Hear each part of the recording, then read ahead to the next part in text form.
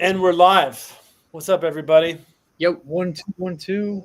How's it Check, going check. with you? So Ty Kemper, looking like old school Carlson. That's it. Tucker back in the day. That's how he started. Raising Look a little more like a Chippendale, actually. a little bit. You know, I was actually kind of considering doing like maybe like a Bitcoin like primer course, and maybe like 15 minutes long, and start in like full tuxedo, like everything, and slowly just start taking off clothes.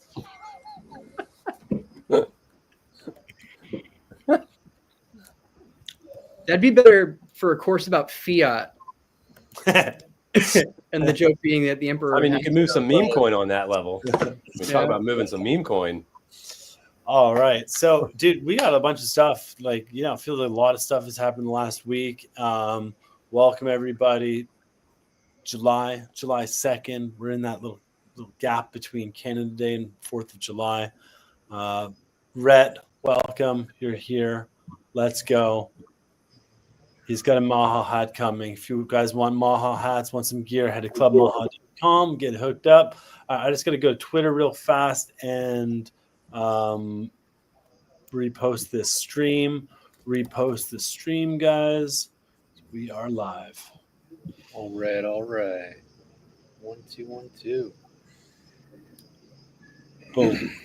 All right. And so First thing I wanted to kind of kick us off with was a little Bobby talk. This is just Bobby talking about. This one here is Bobby talking. This is from the Tucker interview. This is him talking about VAERS. Let's just get into it a little bit. Let's listen to the man, the myth, the legend, the remedy known as Kennedy, talking about the safety systems in our world and how, healthcare is not about health. And vaccine reporting systems apparently aren't about actually monitoring or properly capturing that either. All right, here we go. In 2010, CDC designed a new system, and it was a machine counting system. The problem with VAERS, with the Vaccine Adverse Event Reporting System, is that it's voluntary. yes. And so the doctor has to, if he sees a vaccine injury, he's required to report it to VAERS. But there's no penalty if he doesn't. It takes him a half an hour to fill out the paperwork. So there's a big incentive for him not to do it. There's another incentive, though. He doesn't know if something is vaccine injury. If you get a vaccine and then 4 years later, you come in with a food allergy, how do you know? Will any doctor in the world say that's a vaccine injury? Or seizure disorders? And the other thing is, so they don't know, what to look for. They've never been taught that at medical school. There's no course on vaccine injury in medical school, in any medical school in this country. And then the other thing is, he has a big emotional incentive because he told that mom to give that child that vaccine. Oh, yeah. And if the child has a seizure 3 weeks later and she comes back and she says, I think it might be the vaccine, a lot of doctors will say, no, that's normal for that age. And they're not going to call it into VAERS. So CDC designed a machine counting system that would do essentially a cluster analysis. They would look at the vaccine and then they would look at clusters of injuries that were unique or anomalous to that vaccine. And it was a very accurate system according to the group that designed it. It was a team led by a guy called Lazarus. And CDC paid for the whole thing, millions of dollars, and it was a long-term study. And they looked at one HMO, which was Harvard Pilgrim up in Massachusetts, and they did this machine counting system for Harvard Pilgrim, and then they compared what the machine counting system had gotten, had yielded and collected in terms of vaccine injuries. They compared that to what VAERS had collected during the same period at Harvard Pilgrim. And they said that VAERS was capturing fewer than 1% of vaccine injuries. And they had a system now that would capture over 95%. And they were very proud, and they brought it to CDC and said, our system works. Here's the data. But the data showed injuries in about 2.7% of vaccines. Of all vaccines? Yeah, all vaccines, about 2.7%. Wow. Which I think is something like 1 out of every 37 vaccines you get. There's an injury. And CDC saw that and said, we're not going to use the system. And they shelved it in 2010, and they've continued to use VAERS now for 22 years when they know that it doesn't work. When Can they you know bring it was back? designed to fail. Wow. Can you bring it back? That's a good question. All right, hot takes. What do you guys think? Oh, it's designed to fail. He nails it right there. This was the greatest experiment in all of mankind, right? This was the first in a new paradigm of technology. This mRNA, shouldn't be called a vaccine. And we didn't do the follow-up with it. We weren't studying what was going on. And then when we have, whether it's 40,000 dying from the VAERS reporting, which implicates maybe 500,000, then what they say is, well, it was passive surveillance. It wasn't good enough. So they're barely following up. I mean, they're still recommending this shot. I mean, it's just crazy. And it exposes what's been going on for a long time with the vaccine schedule that's going for kids right now. So, Billy. What was that doctor's name, Johnny, that did the bifida test? Was that Sabine Hazan? Yep, that's it. Sabine Hazan. I was watching her. What he's talking about is really just kind of a play on humanity as a whole. And this latest research I saw from Dr. Hazan was quite. I was mentioning it to Johnny. He already knows the whole story. She basically did a test on doctors. She specifically doctors, and did a stool sample before they took the vaccine, and then followed them up to 90 days. I'm kind of relatively new to understanding kind of how important the gut is. Probably the last 4 years, I've only read a couple articles, a study on NIH, and then there's a pretty good documentary on the gut as your second brain or something like that. That's pretty in depth. And what she points out there is that babies have, I think, 20 million of these bacteria upon birth, and then as we get older, they go down. These doctors had in the millions before they took the mRNA vaccine. And within just 90 days, some of them went down to like literally zero. And this bacteria is connected with large aspects of our immune system and our overall health. So, what she's pointing to is the fact that these little things, these little bacteria in our gut, are being affected by these jabs. And even if it's just the mRNA vaccine, that's enough. But it's probably the other ones as well, considering all of the health issues we have. And you're talking about 2.7% of the population that we know is being affected negatively. If you map that out, it's a large swath of the population, and we're getting played with and can't talk about it. Luckily now we're starting to be able to talk about it. I mean, look at this data. Like, this was like, this is an old one. This is from 2022, but it was just showing while VAERS might not be capturing all the data, as Bobby was saying, the data it did capture, though, was out of control. It definitely showed massive spikes. This is the report of miscarriages. And just look at how that thing absolutely blew up, in 21 and 22. That's just and then this kind of blends in. What, Damo, you want to share anything before we move on to the next one? Sure. Yeah. I mean, Billy, you were talking about gut bacteria. I just got a stool test done with my my work with Cooking with Chris to heal my gut. And we found 2 specific potential pathogens that are just off the charts in my stool sample. And they're really gnarly.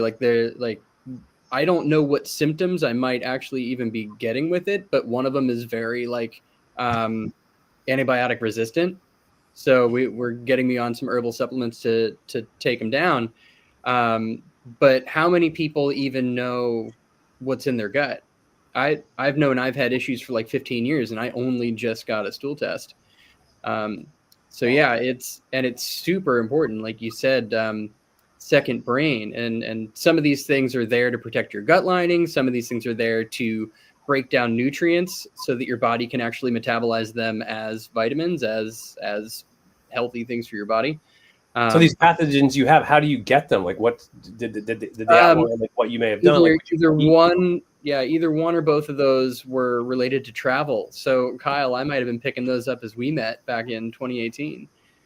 Back when I was hitting up Central America, Southeast Asia, and things like that. I might have been sitting with these things for 8-10 years. Wow. Maybe. So, Damon, walk us through the stool sample process. Oh man, it is gross. Let me tell you. They need 3 days worth of samples. So first of all, we had to get me off of carnivore and get my gut motility up, just so that I actually had some material to offer. You literally, you have to catch your poop in like a at concession stands. If you get like nachos or French fries or something, they come in those little like cardboard boats. Oh yeah, totally. Yeah, you gotta hold one of those under you and catch it, and then they have little like almost medicine vials that have little scoopers in the lids. You pull the scoop off, you pull the lid off, and it's got a scoop on it, and you got to collect samples from different parts of the stool. And most of those containers, all except for the last container, have some sort of liquid in them. I'm assuming to help parse out different aspects of your stool. You got to give it a good shake, toss it in a bio bag, then toss that in the fridge until you've got your last sample. But yeah, you need to fill like 7 or 8 different little medicine style containers with your stool samples, and then ship it off FedEx to get back to the lab.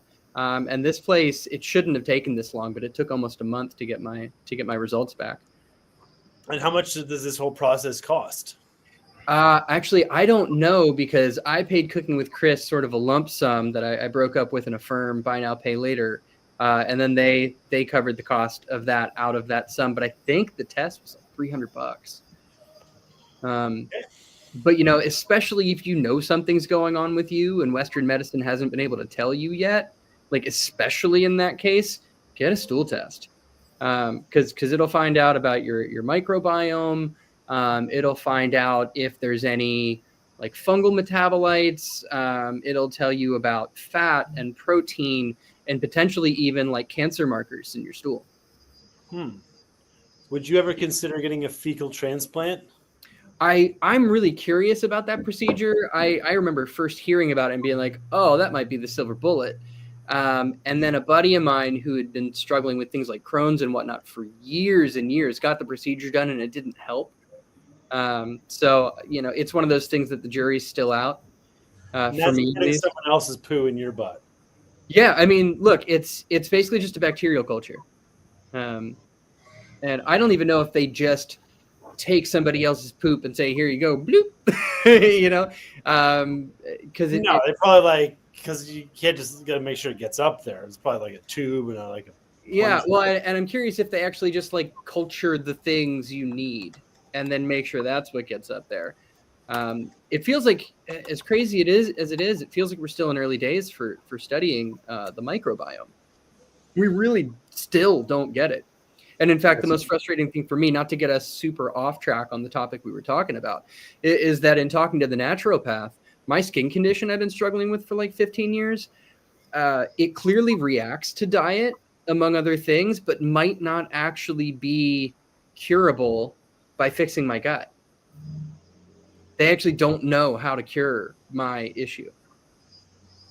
Red light therapy, perhaps. And if you're interested in red light therapy, folks, check out our show from last week. Yeah, for sure. What was that guy's name? Legend. The legend. Jack Cruz? No. Who did we have on last week, Billy? Oh, Wayne Miller. Wayne Miller. Yeah, Billy, though, you mentioned bifido. You mentioned the bifidobacteria. You know, I'm actually, culturing some yogurt with some bifidobacteria and some L. reuteri. And, that you mentioned Sabine Hazanya. She's huge on this. So this might be the way to get the gut right for you, Damo. And then this L-Reuterae, for those who are fans of Dr. Berg, he talks about, how this has really worked for him. This guy wrote the book Super Gut. And so many of our digestions are all messed up these days because, our food literally has antibiotics in it, a lot of it. This glyphosate is registered as an antibiotic in so much of the food we're eating. Mm-hmm. Mm-hmm. And so this is known as a keystone species, this L-Reuterae. And this yogurt's got me sleeping better. So I'd recommend it to anybody who'd want to look into it. You can find the video. It's called The Microbe That Changes Everything. So yeah, the steps we're going through for me specifically, we're starting with berberine and uva ursi to knock out the pathogens and hopefully make some progress on that. And once we make some progress on knocking out the bad beasties, I actually have a yogurt maker here now that I'll start making my own with. There's some pretty novel probiotic strains, things that are known for longevity and even like nootropic, like mental capacity. That you can totally culture in your own yogurt that you're not going to find at the stuff off the shelf. Exactly. So this L-Reuterae, what's one thing that's cool about it is it's known as a keystone species. So, help with, other getting the whole ecology going. But it's like one of the first ones that's good to get in there. Along with what, acidophilus and bifido? Yeah, it's one of those good ones. So. What was really remarkable in these studies, though, is that for mice and for people now, is just the health benefits has just been amazing. Help as far as wound healing, helping with people with longevity, for better energy. So yeah, worth checking out for people if they have any issues. All right, from guts to remedy. Back to Bobby, the remedy Kennedy. So we talked about VAERS, we talked about the crap. Bobby also just did the Toll Tucker interview. I'm going to play another clip from that one. And this is something he kind of brought up on the campaign. I remember when we were at Dr. Mercola, someone asked, like, what do we do? Like, how do we find, like, justice for all the lies and all the corruption, all the shenanigans that took place? Bobby has an idea. This is it. Yeah, we got to do something. Anthony Fauci's still walking around eating ice creams. Right. So it sounds like Fauci is beyond the reach of the law at this point. Yeah. I think generally, unless there was a truth commission, which they did, and as you know, in South Africa, and yes. They did it in Central America after the 1980s wars there, and they were very, very helpful to those societies. And I think we should probably do something like that now. And in those cases, what happens is you have a commission that hears testimony on what exactly happened. Anybody who comes and volunteers to testify truthfully is then given immunity from prosecution. But so that at least the public knows who did what. Yes. And people who are called and don't take that deal and purge themselves, they then can be prosecuted criminally. That's what we need, isn't it? I tell you what, enough is enough with this stuff. We gotta get some accountability. I tell you what. Can it happen, though? What's it going to take to actually do that? Because, this notion of, just tell the truth. Tell the truth and you'll be free. That's a pretty tempting offer. This is like, just so political, man. There's a whole bunch of people cheering right now for what Bobby's doing that are free, and a whole bunch of other people that are freaked out about what Bobby's doing. And if Bobby pulls together some things, gets some studies, puts into place something that's arguably way, way better than VAERS, all the Bobby stands are going to love it, and all the people that are freaked out about Bobby are just going to hate that science and be like, well, that science is bullshit. How do we get past the politics of it? I mean, talk about the negative impacts on humanity. You guys hear about the bio story, the Biotechnology Innovation Organization, bio for short. It's Oh yeah, I got that up here too. like do you want to play it or do you want to talk like No, let's just talk about it. I'm just gonna share the tab. We can talk about it. Yeah, this is a group started by the pharmaceuticals, Pfizer, Merck, Novavax, Vaxcyte, well, there's a couple others. They get together. They start this trade organization.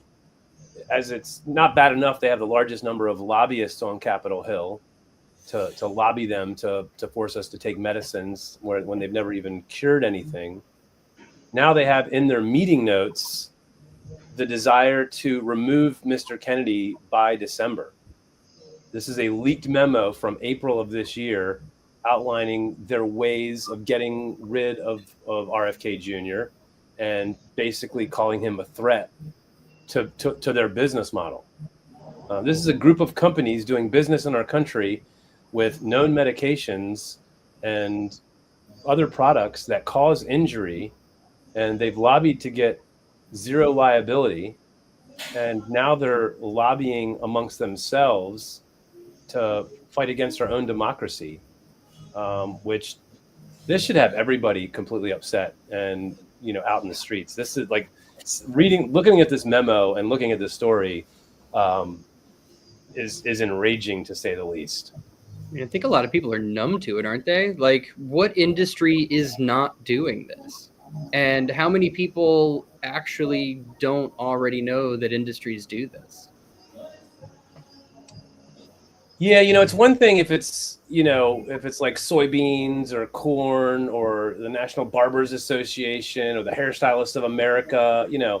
These are people that want better scissors and want to have the Landlords Association of America. Okay, but when you're talking about these types of groups completely going after government officials who've been appointed and then nominated and then confirmed, and then going after the heart of our political democracy, that's a different step. So if people are numb to that, I find that quite appalling. If that's the case, I would hope that people aren't numb to this kind of story. Unfortunately, we're seeing this virtual civil war and a states' rights civil war that's happening right in front of us. I've had a couple meetings this past couple weeks with a couple key people in DC, and we've talked specifically about this. And these last two meetings, we specifically talked about a bus tour to take Maha on the road and to try to get out to the people, to meet people in their own states and talk about the issues at state level, to try to reunite humanity here, because this divide is killing us. It's one thing when you fight over a football team, but that sounds familiar. When we can't talk amongst ourselves and disagree, and you want to shoot a neighbor or run them off the road, which is becoming more and more of a thing because they drive a certain car, that's gone too far, and it means more of us have to stand up and go talk to our neighbor and agree to disagree, and get back to the way things were, because I have 3 kids, and 12, 15, and 18, and everything else along with AI potentially, it's Billy, a lot. I've got a bus, and if you're looking for a bus and you want to hit the road, you are welcome to use my bus. And I said to any serious Maha people out there that really want to go and activate, my bus is an action card in play. It says "Make America Healthy Again" on it. It's got a picture of Bobby Kennedy on it. It's a treasure. It's a relic. It's got some issues, but Let's fix her up. We got to raise some cash. Let's fix her up. Doesn't need much. It needs a generator, and it needs one of the tires. Just needs the nozzle on it fixed, and it needs a new jack system. If we need the jacks, you don't need the jacks, but if you want the jacks, there's a little control unit. It's kind of expensive. It's about $1,000. And then the other thing, if you have the starter, right now I use a Screwdriver. I go underneath the bus and tap 2 things together, turn it on to the on mode, and you stick the screwdriver in there. Boom. Did you remove the Full Monty logo? What's the Full Monty logo? It's your bow tie. It's like it's a striptease thing. Oh, Maybe it can just be Florida for Maha for a little bit. Get around the Tampa, Orlando area. Is it? yeah. Well, the thing is, I'm going to be heading up to Canada, and I'm not taking the bus. It's just sitting there. So I would like for it to be activated. We got thousands of newspapers. We got campaign gear galore. If anyone wants, with some Maha buttons, let's go. Want hats? We got them. What are you going to Canada for? I'm going to go up, hang out with the family. Look at these ones. These ones aren't even dated. These ones could work next time around. Oh man, collector's items. Yeah. And I have like a really gnarly one that I haven't even showed anybody. I'll show everybody here.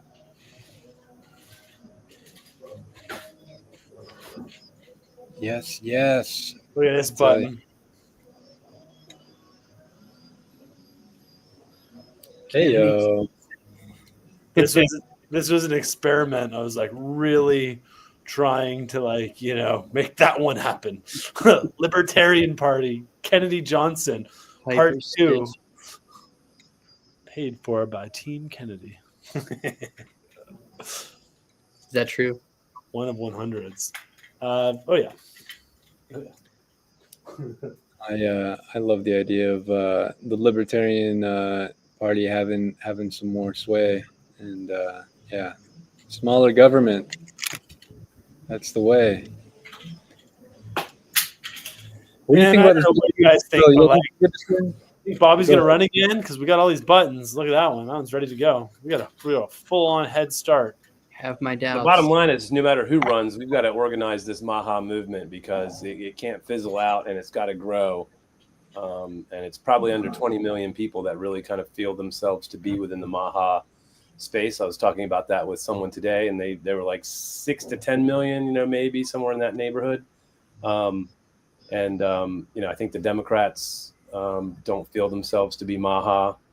Now there's this "Make Israel Great Again" thing that I heard on a podcast last night. The MAGA movement, there's all these things, and they got to be tied together. So my thought is, no matter who runs in 28, we got to find some unifying messages to pick on the low hanging fruit to get people all back to talking again. Time to start activating in Elon's nascent third party, huh?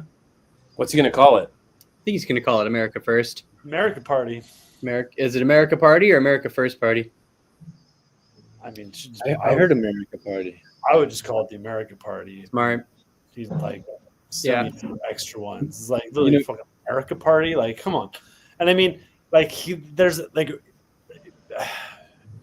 it's pretty that actually got me like, oh snap, like that could be pretty fun, and especially if he cooks it soon, and it's we've got some America Patriots running on the in the midterms, especially in generally in some uncontested races, or maybe some of the Maha candidates, some of the independents can start folding in.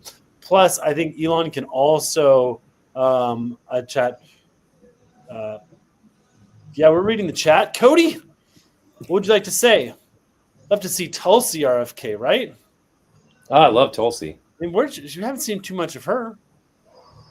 Well, she's intelligence now. I don't expect her to be front and center too much.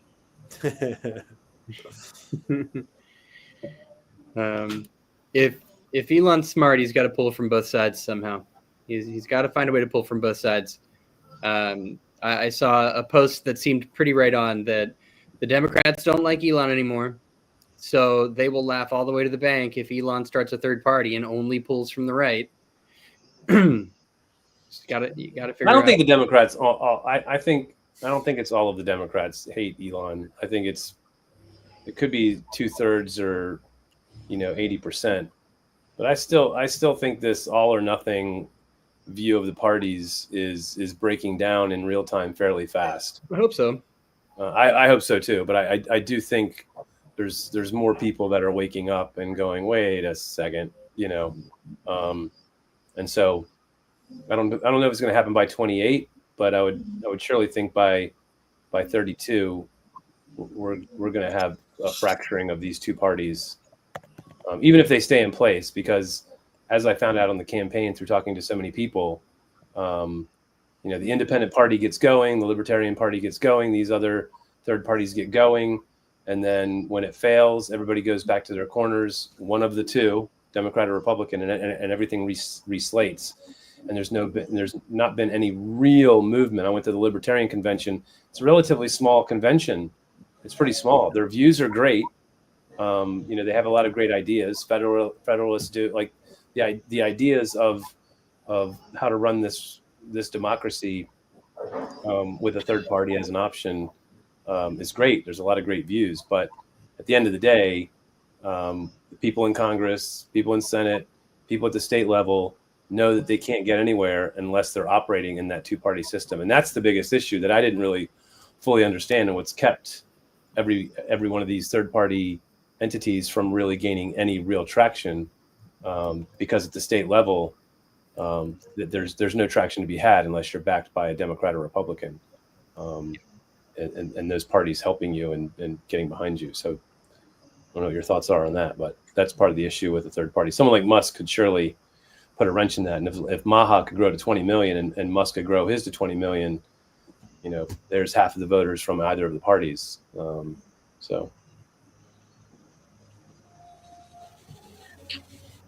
Okay. There's also like another big battle brewing right now. Trump has declared, we're going to stop New York. What's happening in New York? It's like a mayoral race. All of a sudden, Trump's like putting his nose in there. And to be fair, it is New York City. It's New York City, exactly. It's the Big Apple. And there's this guy, and he's making a lot of noise right now. Let's hear what he's got to say. Grocery prices are out of control. The cost of eggs and milk has skyrocketed. True. Some stores are even using dynamic pricing, jacking up the cost over the course of a day, depending on what they can get away with. It doesn't need to be this way. I'm Zahran Mamdani, and as mayor, I will create a network of city-owned grocery stores. It's like a public option for produce. We will redirect city funds from corporate supermarkets to city-owned grocery stores, whose mission is lower prices, not price gouging. These stores will operate without a profit motive or having to pay property taxes or rent, and will pass on those savings to you. Grocery prices are out of control. Damo, what do you think?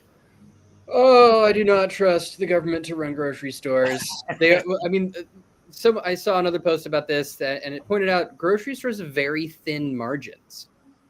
So there's not a lot of room, and government is already known to not really run things efficiently. So, if they do charge less than other grocery stores, it's just going to be paid for by taxpayers on the back end. I don't know, man. That guy seems pretty convincing. His name's Zoran. It's kind of close to Zohan. Adam Sandler.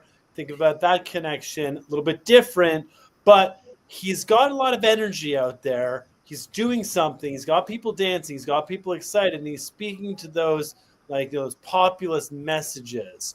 Those. I think it's a terrible idea because it will never work, and I don't think he has any clue or capacity towards actually implementing any of that. And he's also talked about freezing rent in it. Basically it's pretty radical. And we have Eric Adams, and a lot of people are kind of discounting Eric Adams. And I know that he was Democrat, and then he kind of moved over to the Republican side after witnessing some of the craziness that was going on. It seems like it's kind of they're the two main contenders here. So I think it's going to be pretty exciting. Yeah, I think you can look at it as he's a new guy on the scene. He looks good and he speaks well, and he's going right to what the points are that are the pain points for the population of New York, and being a Democratic city, and falling into a space where, looking at the middle ground of it, it looks good on paper, it sounds good, when it comes down to the government being able to actually do this, I think it's not going to work, like you guys said. I also think it's kind of a setup here as well for universal basic income.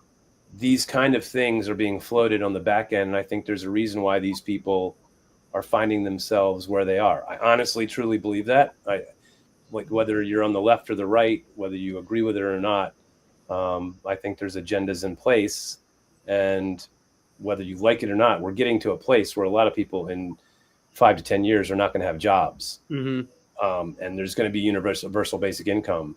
And so you're going to get some money, and to get that money, you're going to have to do certain things like get a jab. And once you get that money, it's going to be in a card, and you can go into the grocery store that he's talking about and get a certain select group of food that has been deemed okay to serve in the government-owned grocery store. That should scare people on a number of levels. And we should talk about that and not fight about it. We should have conversations, because there's people on the left that love this idea, and there's people on the right that hate this idea. I think if there's a way for us all to talk, there might be a way for these things to work on some level, given where we're going, with some oversight that was not so heavy-handed with corporations and government, but more heavy-handed with small groups of state-run humans that are part of the organization that runs these systems, that's more in control of bipartisan, kind of councils or boards, and not necessarily run by, state and federal governments that are mandating down from the top how much money you can get, what you can eat, where you can get it, how much of it you can get, when you can get it, at what price. Yeah, I'm with you, Billy. I don't like anything about what this guy's saying, except calling out, grocery stores changing prices during the day. So what happens? It's super hot out, and it's a lot of traffic going on, and they triple the price of water. This is price gouging when a hurricane happens, when this goes on. So I just imagine it's a little late at night, and all the other stores are closed. Now the toothpaste is $20. It's like, come on, that's nonsense. Frank is saying Mandami also supports future forced vaccination during an emergency. That goes right into this whole idea. If you get the jab, you can have the card, which has the UBI on it, which gets you into the store, which buys the food that the government is selling in that store. That all ties back into it. And it's, again, that goes back to conversation points that we have to talk about it, because it's not okay where that kind of thinking is leading. No, I'm with you. This whole, this is the mark of the beast. I mean, this guy is a player in the Grand Theater, and he has an awful lot of weight behind him. And he's going to be, that millennial Gen X, champion, of causes that don't really make all that much sense and don't work in practice. All right. We have a guest coming up. Is he in the back room yet? He is not. But let's just go quickly to our sponsor.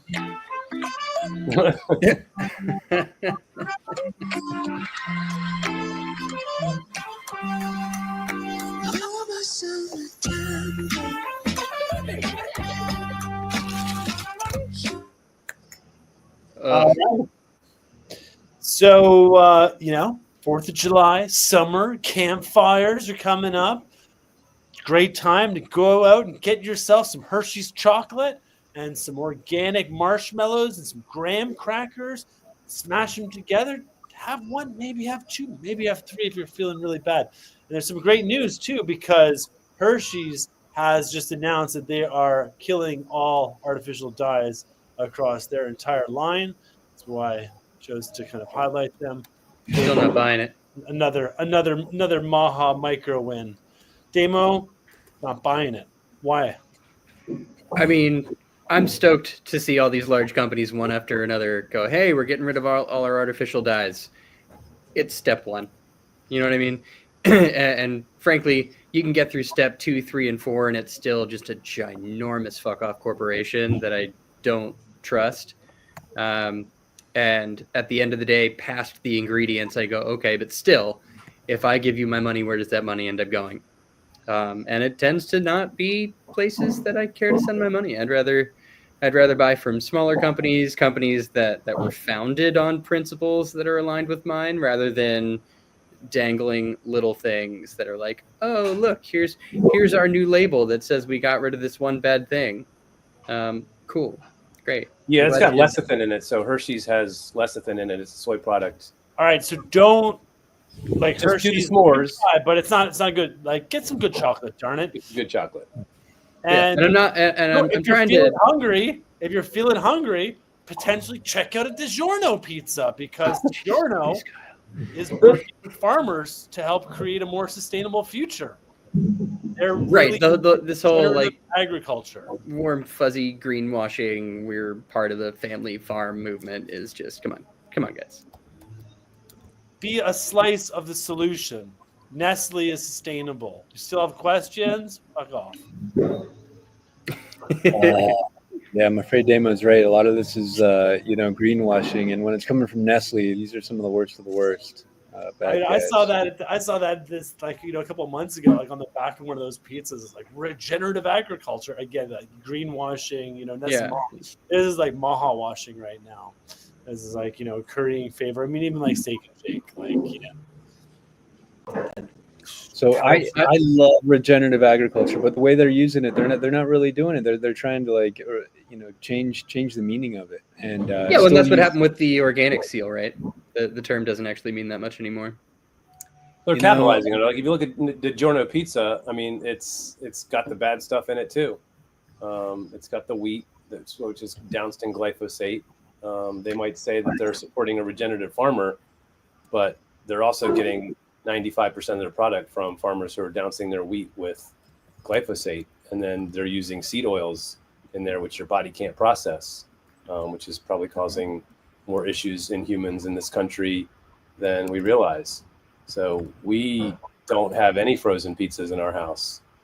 We used to, but we don't do any of that anymore. I've got a Rockbox pizza oven out there, and we'll make our own dough and our own sauce and get some organic cheese. And it's a lot easier than people think. You can spend, we do get pizzas, don't get me wrong. You gotta, do the thing. We just got pizza last week, but I know when I'm eating that pizza, it's just like, this is not good. It's going in and like, but you got 3 kids and you do it. But, my kids don't eat lunches at school, and we play the game we have to, but we just try to make as many choices as you can, and trying to keep some of that stuff out is the easiest way to do it.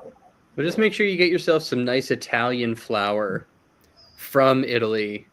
They don't blast it in glyphosate. They use a different cultivar, and then maybe even go the next step and use a sourdough culture to pre-digest some of that gluten. What do you think? I was able to find some 00 organic flour from Italy, but it's expensive and hard to get. Yep. I got bad news about Italy's flour, guys. So a lot of times they're importing flour from here, then they're making their pasta, and then they're exporting it, believe it or not. A lot of them, yeah. You have to find the right brands. Yeah, do you think the Trader Joe's brioche bread is a product of France? Do you think that's actually French wheat? I don't know. Probably not. I don't think so. Brioche just means they're putting butter and milk in it, right? Yeah, but it says it's from France. Oh. Pretty darn You good. gotta have hope. Hey, if you're gonna buy something, I'd choose that one. Choose what? I would choose that one if that was the best of the choices available. But I'll go back to the meaning of organic. I think organic does still hold a lot of weight. Now we did lose a big one on the appeal thing, right? Bill Gates' little proprietary appeal coating on a produce. That's no good. But organic is it could be better, but it is a lot better than the alternative. So I'll take that. It does mean that it shouldn't be glyphosate on there. It shouldn't be used in the whole system, or a lot of pesticides are banned. And one problem with organic is that the glyphosate in these things, they take a lot of time to break down. And organic only means that for 4 years they weren't using organic on that property. And a lot of times they're not doing the real testing to follow up. But I don't know. We got to trust people sometimes. So if they say they're doing it organically, I want more organic options. I want to support the people who are doing it. And the other thing I'd say, Damo, is sign me up for 10% less poison. if that's all that's available, right? Oh, for sure. And going back to like Hershey and all these other companies that are removing the artificial dyes, I'm trying to walk a line here where it's not like, don't do that. Please do that and remove a bunch of other terrible stuff too, and get more conscious about the pesticides and even like the labor practices and whatnot. Please do that. Because there's a lot of folks out there that are not going to go the extra mile and research their food, so they're going to still buy that stuff. So if you can make that stuff 10, 20, 30, 40% better, great. I'm just way too far down the rabbit hole. I got to change locations, guys. I'll see you in a little bit. Johnny's got to change locations. He gave us warning. It's time. Hop on the bike, get settled, jump back in when you can. Kyle, is our flour better in Canada, or do they have the same things as the USA? I'm going to say it's probably pretty much the same. It might be a little different. I don't know. I'm not really like a flour expert. It's not kind of my jam, but yeah. Well, I mean, just agriculture in general. I'm curious about Canada because the thing is, Canada, just our neighbor to the north, they get the better stuff from Europe. I've used the example of the Haribo brand gummy bears. It's my go-to example.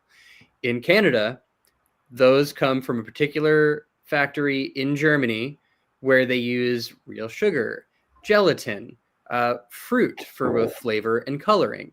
And then you come down here to the United States, and our Haribo gummies come from a different factory, also in Germany, where they use the high fructose corn syrup and all the nonsense. There's a massive Haribo factory in America now too. Is there? Massive. Yeah. Oh, that's interesting. Yeah, I haven't checked in on it in a while. I'm sure it's using all the crap, right? Because every time, just on a whim, I look at the back of a bag. That's every time I look at the back of a bag, just to check, it's always still, HFCS and artificial coloring, and it's so disappointing. Not that it's exactly a health food anyway, but gelatin, cane sugar, fruits for, it's got way better milk. I believe that. Though I have access to fantastic milk. I can't name them because they technically. If Americans want Canadians milk, you got to pay a 400% tariff. And you get it in a satchel instead of a bag of milk. Carton. Yeah, bag milk. Bags of milk, liter bags, 3-liter bags in a bag, plastic, more plastic. What happened to the good old metal milk cans, right, guys? Wait, there were glass jars. I feel like back in the day, you'd have big like metal. Oh, those guys. Yeah. No, those guys. That's just a little bit weird, but you guys ever watch baseball? Sure. Back in the day. Have you guys heard of Banana Ball? Savannah Bananas. Savannah Bananas? No. They just came. I saw this the other night. I just like, a lot of people probably haven't seen this. It's nice. It's a change. The cool thing about this, why I'll say that Banana Ball is Maha, it's because it's a lot of fun. And fun is good for health. Energy, excitement, having a good time. This is very much in line with DDP. Demo. Nice. It's like, dude, let's just check out the rules. They just came. Savannah Bananas just came here and they sold out the National Stadium. They are. So is Banana Ball to baseball what pickleball is to tennis? Maybe. It's not real. It's not real. They're just playing. They're playing and dancing and having fun. And it's real. Yeah. These guys can ball. Oh my God. The name of the game is Banana Ball, and this is the fastest, most entertaining game in sports. Rule number 1: win the inning, win the point. In Banana Ball, points are the most important. If you score the most runs in an inning, you get a point. The most points win the game. But in the last inning of Banana Ball, every run counts as a point. Rule number 2: there is a 2-hour time limit. No new inning can start when the clock hits 0. Rule number 3: no stepping out. If you step out of the batter's box, it is a strike. Rule number 4: no bunting, because bunting sucks. If you bunt, Rule number 5: batters can steal first. On any pass ball, wild pitch, or any pitch, a batter can take off and try to get first. Rule number 6: no walks allowed. Walks are boring. So in banana ball, it becomes a ball for a sprint. And the batter will take off and advance to as many bases as he wants until every position player touches the ball. What? Number 7, no mound visits. Nope. Stay in. That one is too much. Like, No, that's amazing. Nope. It's like Love it. the best. Take off. Absolutely and love try to it. get first. I went to get Rule number tickets. They're 6, expensive. no walks allowed. Walks are boring. So in banana Walks ball, are it boring. becomes a ball for a sprint. And the batter will take off and advance to as many bases as he wants until every position player touches the ball. Rule number 7, That's rad. no mound visits. Nope. Stay in the dugout or stay in your position. Let's play ball. Rule number 8, if a fan catches a foul ball, it is an out. You got that right. In banana ball, everything's in play, so you better be ready. Rule number 9, the showdown tiebreaker. If the game is tied at the end of 9 innings or when time expires, we don't just play extra innings in banana ball. It goes down to an ultimate duel, which we call the showdown. It is pitcher versus hitter with one fielder, and the hitter has to score. If both teams tie the first showdown, then it goes down to just pitcher versus hitter with no fielder. And finally, if we're still tied after 2 showdowns, the third showdown is pitcher versus hitter, one fielder, and bases loaded, and all the runs count as a point. Rule number 10, the banana ball challenge rule. Not only does each team have the opportunity to challenge a ruling on the field, but for the first time in sports history, you, the fans, have the opportunity to challenge a ruling on the field. Rule number 11, the golden batter rule. Now, for the first time ever, a team can send up any batter to hit in any spot in the lineup. This is guaranteeing the best possible matchup, the best pitcher versus the best hitter at the end of the game when it matters most. These are the official rules of banana ball. This is the finest example of American innovation I've seen in years. Straight up. It's needed because my kids don't want to go see baseball. And I just Baseball, of all things, has needed it so these bad. tickets for like $150 to $200, sold out. Like, That's it's going to cost us amazing. $1,000 to go there. Like, I should go to the website. There's no games available. They're None. all They're all sold out. They're all Dude, sold no, out. I mean, and what's even worse with traditional baseball is because so many people stare at their phones now, and baseball is such a slow-moving game, they've started putting nets along all of the first and third baseline, which is like half the fun of sitting down near the wall. Is because either you're gonna like get to catch something, or something will go foul and run down the line, and one of the ball boys will run over and just toss it over the wall to you. And now there's this stupid net in the way. So even if you want to be involved, there's really nothing to do. Banana ball. Holy crap. Yeah, I need that link. Plays. We didn't really see that too much, but they're all about trick plays as well. This is brilliant. I mean, and I'm sure there's a whole bunch of older folks that'll be like, this is a sign of the fall of Western civilization. But I'm young enough to not care and think it's wonderful. I want to see the banana ballification of most of our ossified traditions, maybe even including court. Yeah, there's I actually learned about this through Tim Draper. Tim was like, I was looking at investing in the Athletics when I learned of I guess it's the Vegas Athletics now. They moved from Oakland, and then I learned about banana ball, and it's like, mine's completely blown. Like, this thing is crazy. And now he put up the challenge. It's like, I want to invest. I'm looking for like the startups that are doing the banana ball thing. Like, how can you make bring that type of disruptive, fun, engaging, performative element?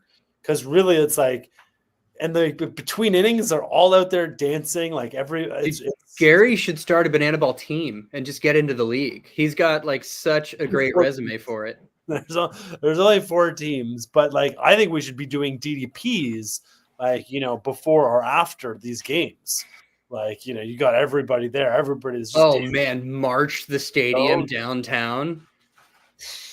Like coming out like just raw, super high energy. Like, oh man, it doesn't look like, I think a lot of people go to sports games and just get plastered, but I don't think it doesn't feel like, it's that kind of energy. It's kind of got more of like a Korean baseball flavor, which is also very, very fun. I was thinking that too, or even Japanese baseball gets pretty wild. They'll come out with like giant Final Fantasy foam swords and stuff.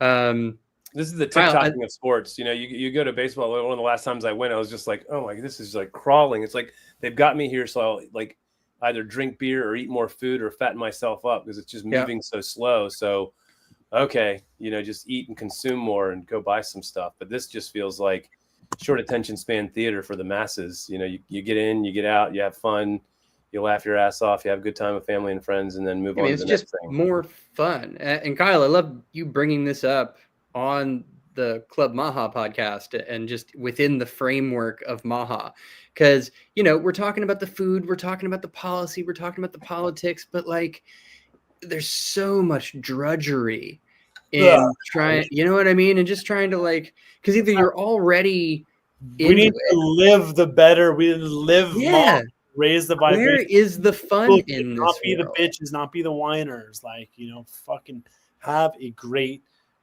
time. And all, like, you know, a lot of both Damo and I kind of really connected. Billy, I don't know if you know about DDP, but this is the DDP. I guess for everyone who doesn't know this, I know Arwen, you're in the house. We met at DDP. Let's go. What is a DDP? A decentralized dance party. How does it work? We push play on a hot track on our iPod, send it through an FM radio transmitter.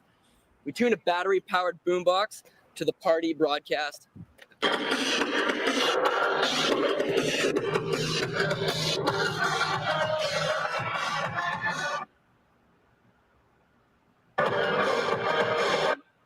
How many stereos can you transmit to? 1, 2, 3, or 300.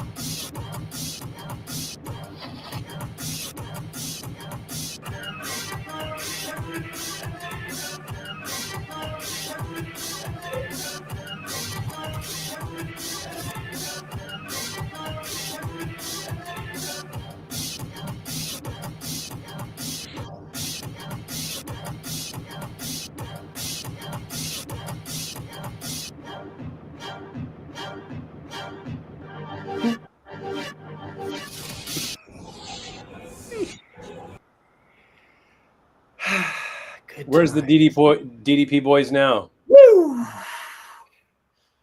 You know, I haven't caught up with Gary in a minute. Where's he at, man? Do you know? Gary's back in Vancouver.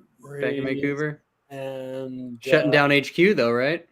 Shut down HQ. Dealt with some mold in that Vancouver. Vancouver's got a lot of mold. And that actually brings up another kind of big Maha topic is, man, there is a mold epidemic happening in the world, in the buildings, and it might even be amplified by some things. Gary's got a lot to share on that. But anyways, he's in Vancouver. I think he's planning another one maybe for what is that?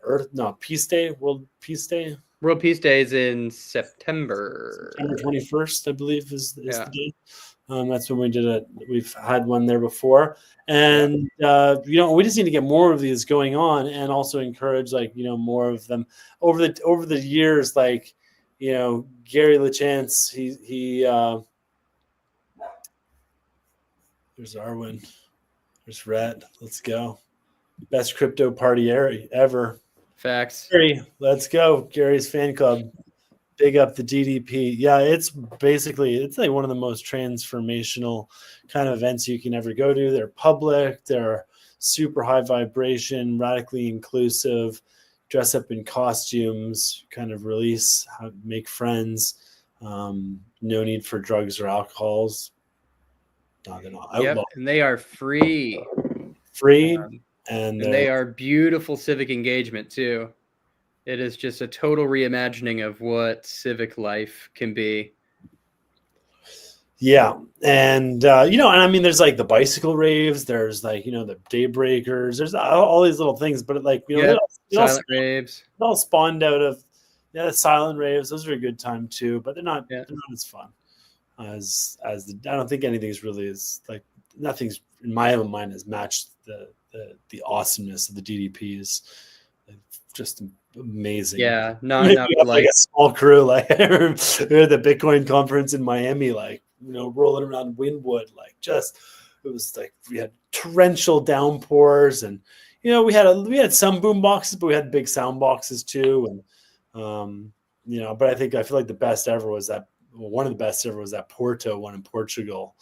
That was totally next level radical. Anywho, it's a good time. Yeah, very, very Maha, in my opinion. Lots of walking, lots of like costumes and props. Very, very, very healthy activity.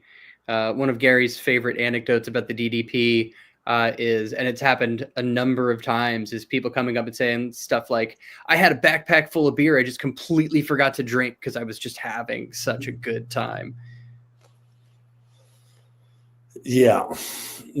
Well, and and it speaks towards like there's this concept of capital P partying versus like lowercase p, and capital P partying involves, having a really good time, dancing, expressing, connecting. Yeah. Like why drugs and alcohol are needed is because the parties generally suck. And like oftentimes a lot of the clubs, like the dance floors, are kind of like traps.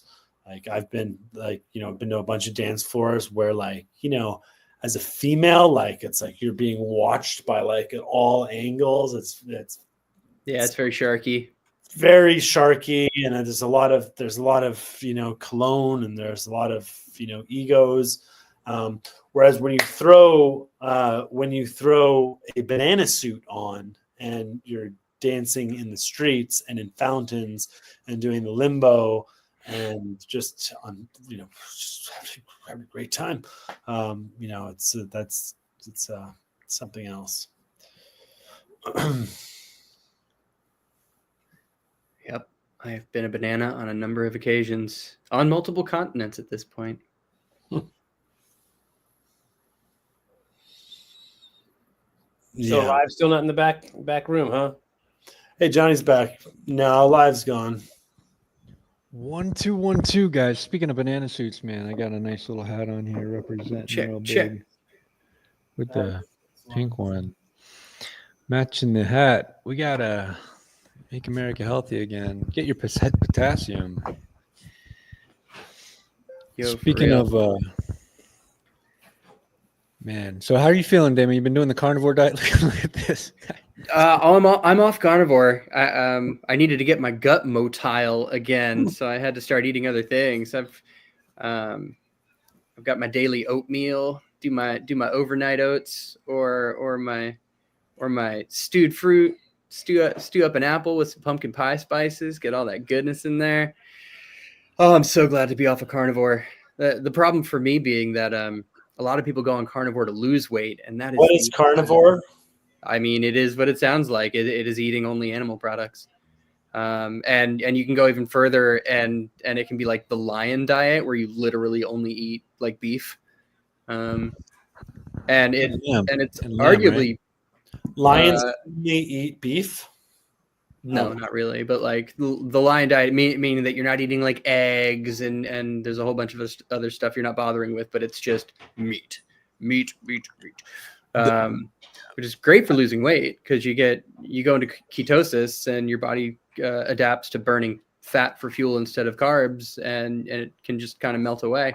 I don't have any to spare, so I really needed to get off of that. The lion diet, if I understand, is like the ruminant diet. You want to eat all the grazers, so the antelope. Oh, that's interesting. Yeah, the cow, the lamb. Yeah, it's got another flavor to it. Yeah. That said, I do still eat a large amount of animal products, and I make sure to source mine, grass fed, or when it comes to the dairy, I get a really nice local raw dairy. My cream is thick and rich and wonderful, and I really appreciate it. But it's a line item on the budget for sure to do it right. So if you are currently eating pretty much all processed gnarly nonsense, even if you just bought conventional steaks and ground beef and stuff and we're cooking that up at home, you'd still be taking a big step in the right direction. Rhett just tuned in on the door. Old school plur raver. Candy Kid, Rat? Were you candy? What does that mean? Colorful like plastic handmade jewelry and stuff, like friendship bracelets and stuff. Candy Kids.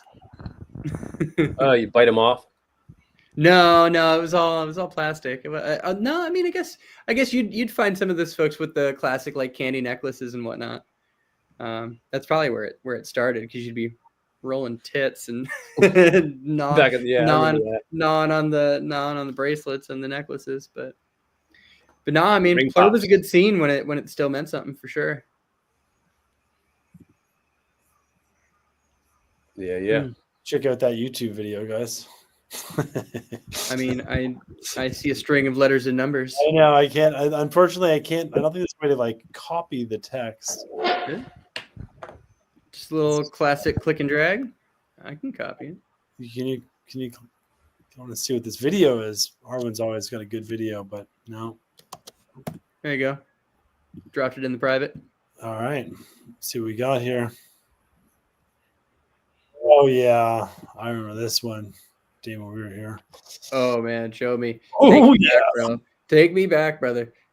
And so the whole thing about the bananas is like, as part of the GDP, there's the Elite Banana Task Force. It's kind of like, the volunteers who kind of help keep things. Yeah, the helper squad. Always look for, if you need help, look for a banana.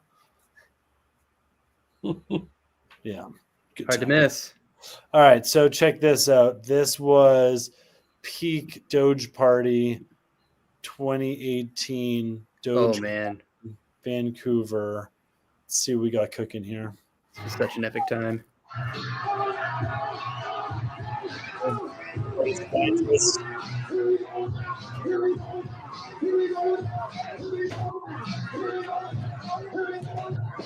Was this in the public roller skating rink? This was the public roller skating. They're shocked. The party scientist.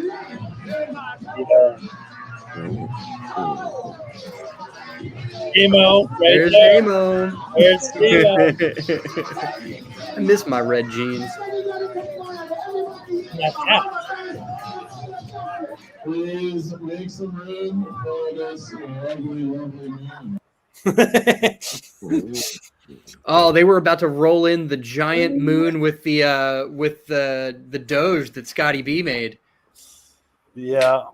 Just a massive Doge. Oh, that was so rad. Be the best time.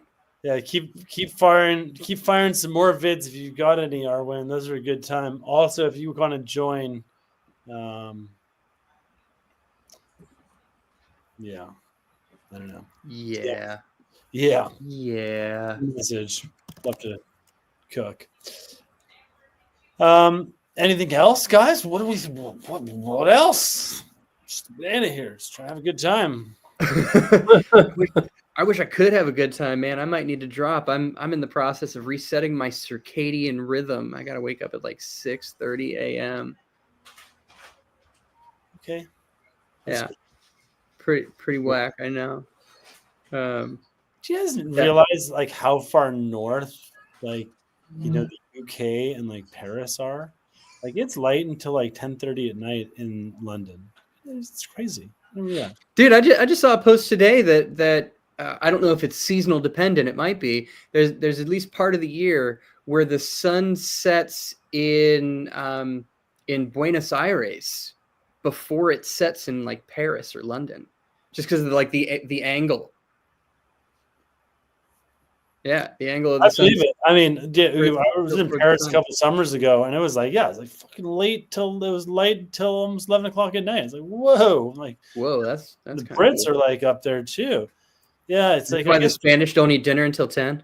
that whole Gulf Stream, it really it really warms up all that Europe. I mean, assuming it's round, I don't know. I've been watching the flight patterns. It's like, you fly from Paris to Chicago, you go like straight over the pole. And let's just dance, guys. Yeah, probably a good idea. Yeah. We do need to dance more, man. I need to dance more. I'm friggin' thirsty for it. Desperate for a dance party. Where are we doing it? Maha across the country, proper dance parties. I mean, we we had we did a pretty good thing during the COVID dark days of those virtual DDPs. That was pretty fun because it was very accessible for a lot of people. Mm-hmm. It was kind of engaging. I feel like by the end, everyone was kind of tired of all that Zoom crap. But I didn't make it 2 weeks into Zoom. I just checked out. Yeah, I don't know. It's at one point we were doing I think almost 4 nights a week. We were having dance parties. Different people were throwing different dance parties. We outfitted our whole garage, had disco lights set up, had all sorts of props. We're just fucking crushing it. Oh, I've got a good message from Gary actually. Let me pull it up because this is very Maha-esque as well. I think it was called a message.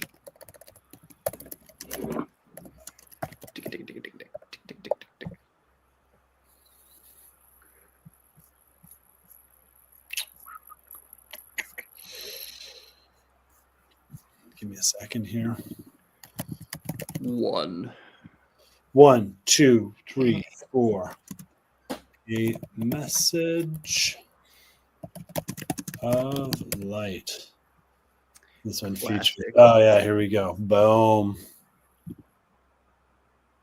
All right, so set the stage. This is February 8th, 2022. That seems a little bit late, but maybe. May have just cut it after the fact, but all right, guys, stand by, get ready, get this one features Gary LaChance plus my incredible wife Brittany. Let's go.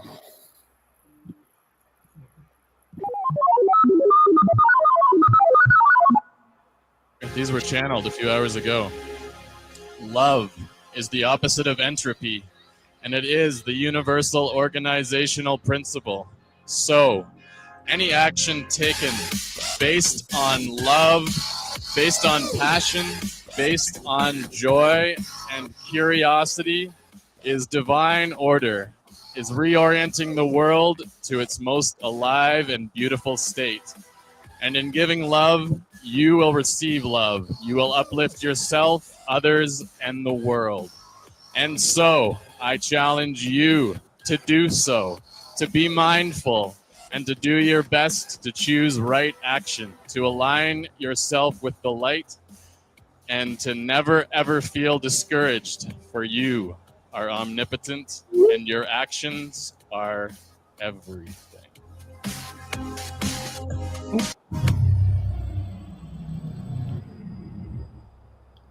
Brittany.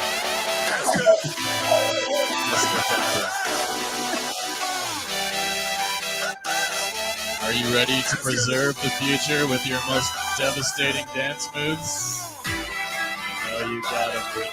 We've seen them before. I will see them again.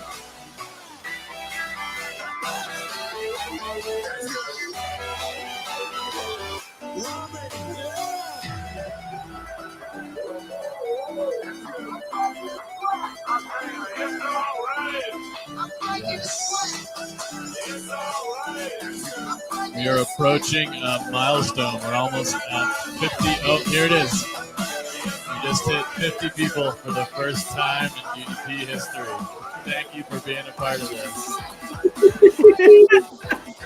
Let's go. Let's go. Let's go. Let's go. Whoever's going the hardest will be spotlit. Yes.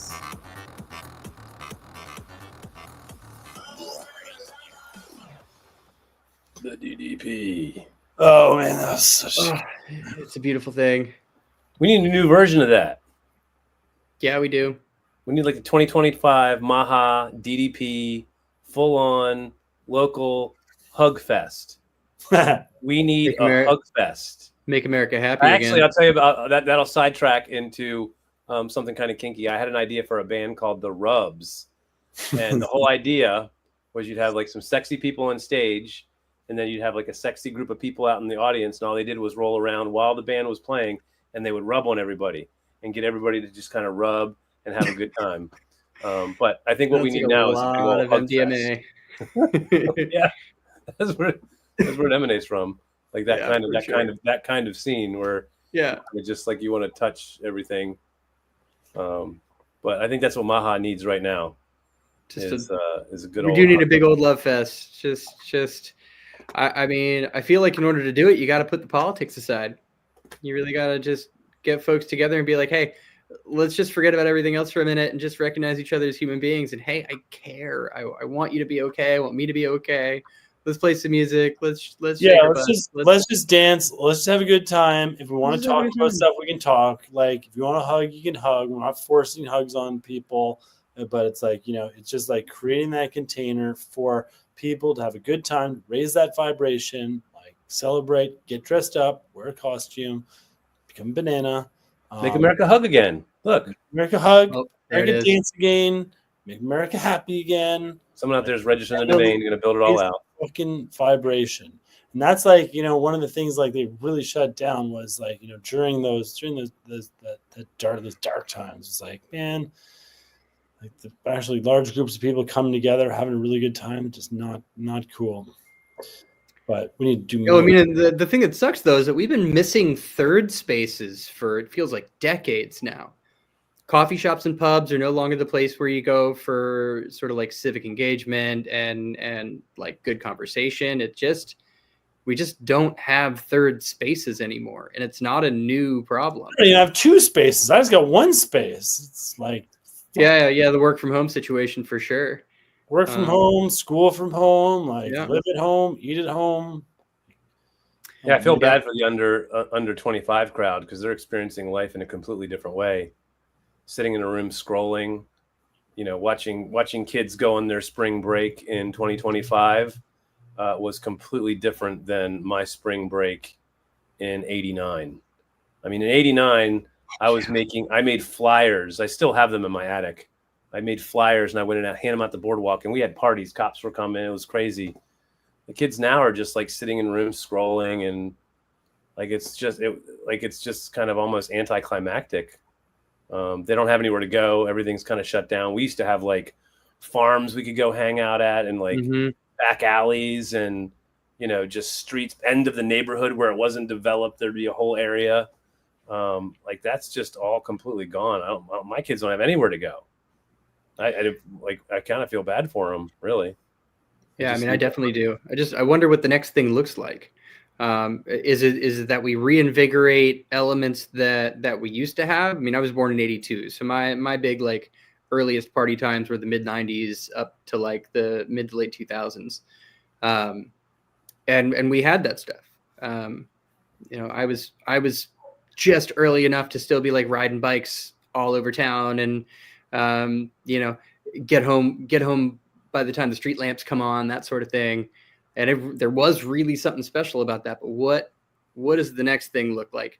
Where neighborhood capture the flag. I remember back in probably what was that like? Well, it's like, how do you create a big culture movement that doesn't involve just like one tour?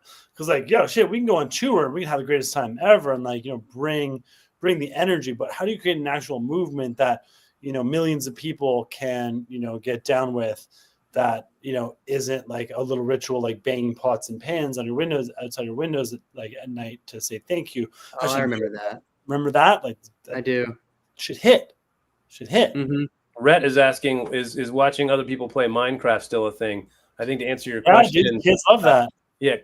So what would we need to do to start a revolution like Banana Ball is to turn off the phones and turn off the scroll and get people out of their rooms into a hug fest. Like kids, this younger generation needs to get out and cuddle puddles, baby. Cuddles the clown. Puddles the clown.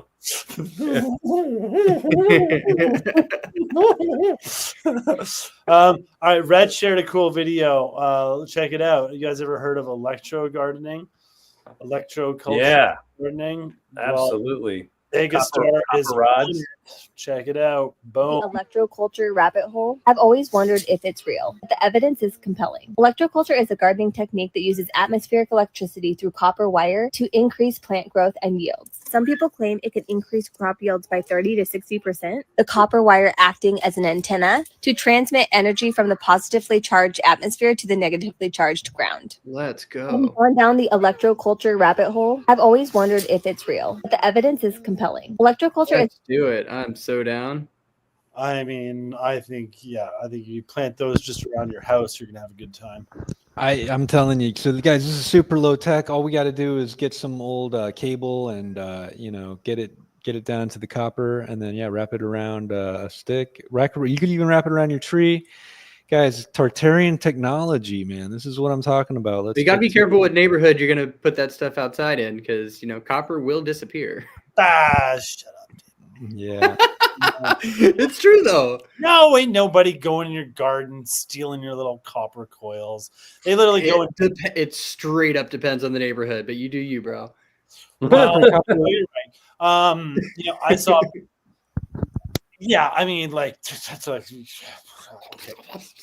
okay. I just, again, if you have like a super, I think even if you put that up in your garden, your garden's gonna be pretty protected. Just in general, but it's very organized adjacent, right? Too, like, man, let me pull up this other clip right now, because, man, this one pissed me off. Stop sharing for a second and let's go.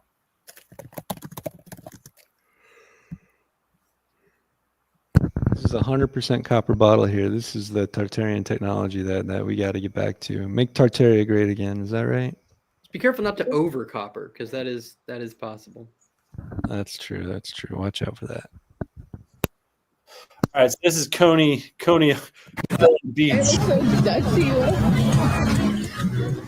my god.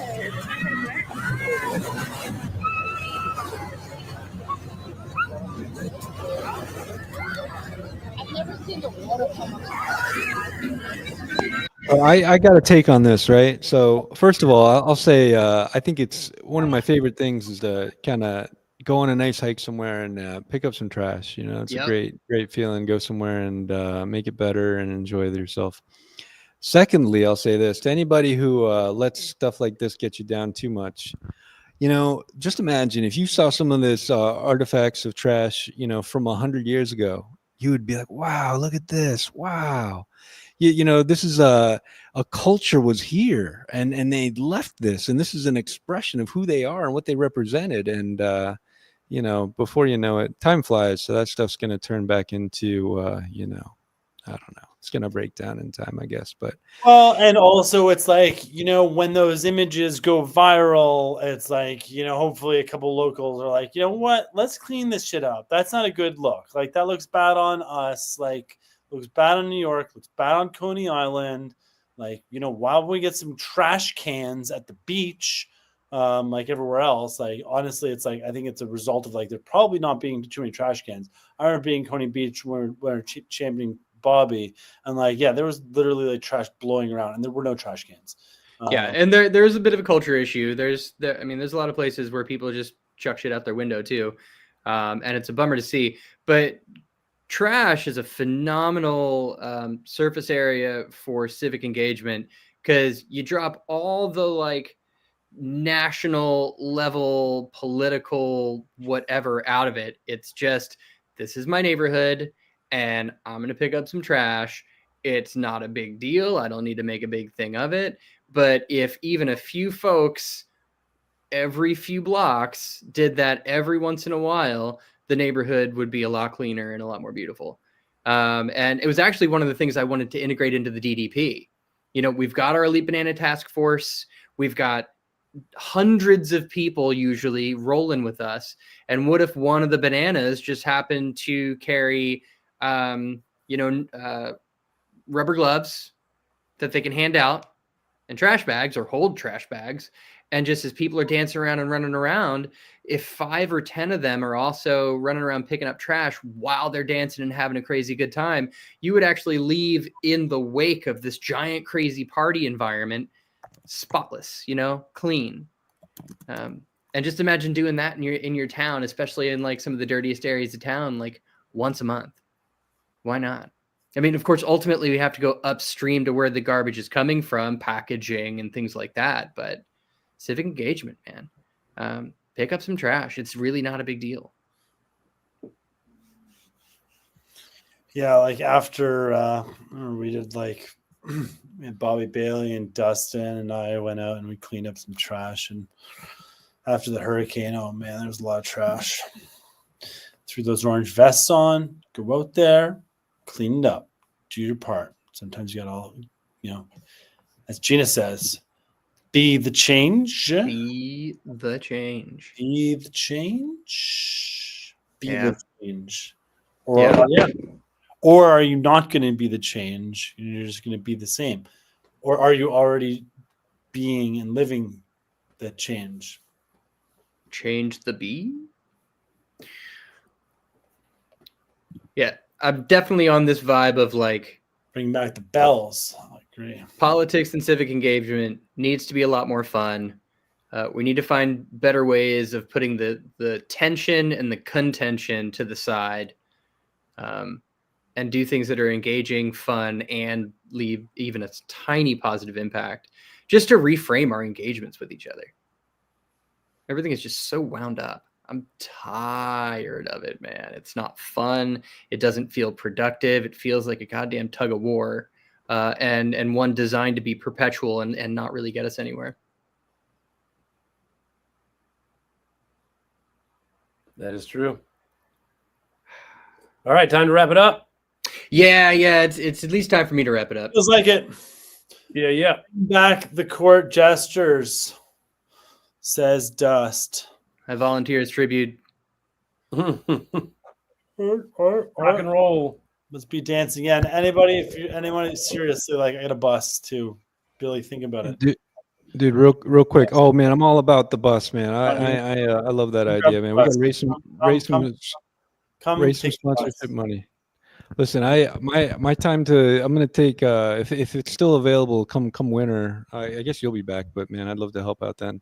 But I just got this sitting here. I'm gonna plant this soon, guys. I just want to show it real quick. I had never seen this until the other day. I went into a little seed sharing workshop here, and this is an air potato, guys. So this sucker can grow up a tree, turn any old tree into an air potato tree. Have these suckers dropping on you, and sweet. How cool is that? So what does it grow into? What is that? So this is a potato, right? So it goes great in a soup, and then look. So these are little roots, and also the shoot will kind of grow out of here as well. And then what kind of potato is that? It's called an air potato. So it's literally a cultivar potato. It's not. I think it's very unrelated to like your regular potato or sweet potato, but this is a starch, and it grows as a vine, which is interesting, right? You can grow it up a fence, grow it up a tree. Turn any old tree that's not producing any food for you into an air potato tree. So if you're in the tropics, that's an option. I was about to say, is that native to Costa Rica? I'm not sure where it's native to. That's a great question, Damo. I'm familiar with so many edibles, but this one is new to me. I had heard of it, but never got to see it in person. So they say you're not supposed to eat sprouted potatoes, right? Is that true? You guys heard that before? I have heard that. Yeah, they get toxic for some reason. Yeah. Maybe if you let them go like too long. I think if they're just starting, maybe they're all right. Yeah, for like russets and whatnot, I think it's if they start going green.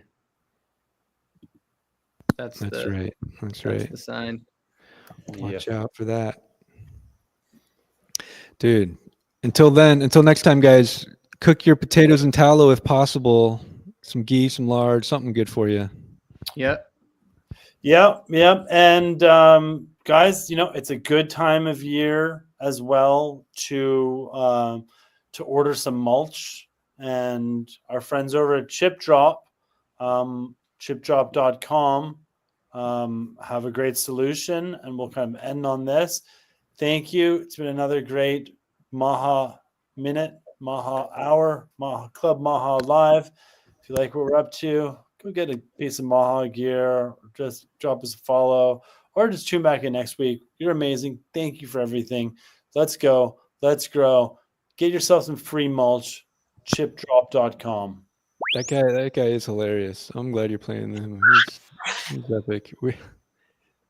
As You we tell all him- know, arborist wood chips are the best mulch for your garden. So if you don't want to have to flag down your local arborist, Chip Drop is the second best way to get that mulch for free. Here's how it works. You sign up at getchipdrop.com. You'll be added to a list of sites where arborists can drop their mulch. The arborist pays to access the list, so it's free for you.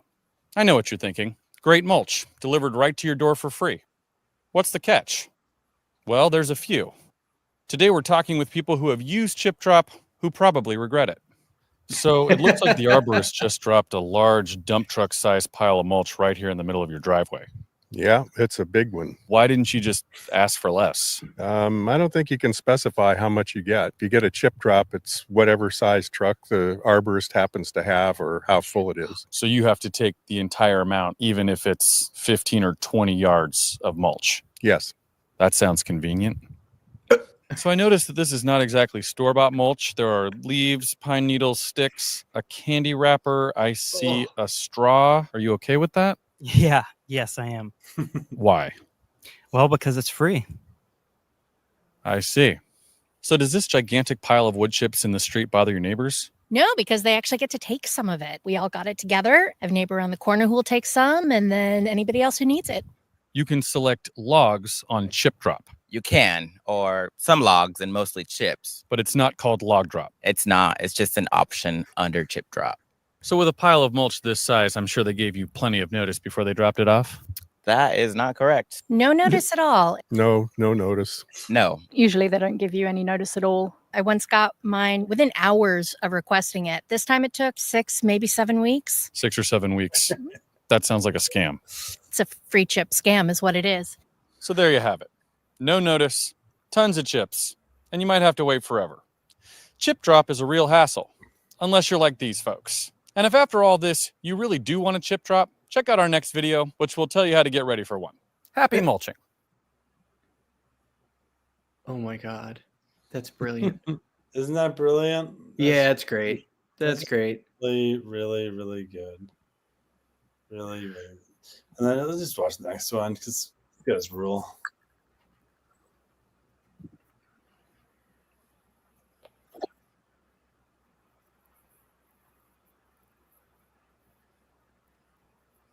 I think you got to click it.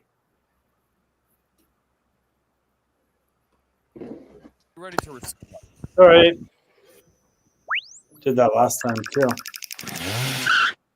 Thanks, Damo. Chip Drop is a great way to get arborist mulch for free. Now, if you haven't watched our first video, why Chip Drop probably isn't for you, check that one out first. This video is for people who really do want a Chip Drop. The question is, are you ready to receive one? We want your Chip Drop to be a success. So here are 6 things to keep in mind to be sure you're ready. 1, make sure you have 2 potential drop sites on your property, like a driveway and the side of the road. If the arborist can't drop in your primary site for some reason, like you have a beautiful ornamental Japanese maple that would be destroyed by a truck trying to pull in, they'll select your secondary site. And be as specific as possible about your drop sites, because once the chips are down, we can't pick them back up.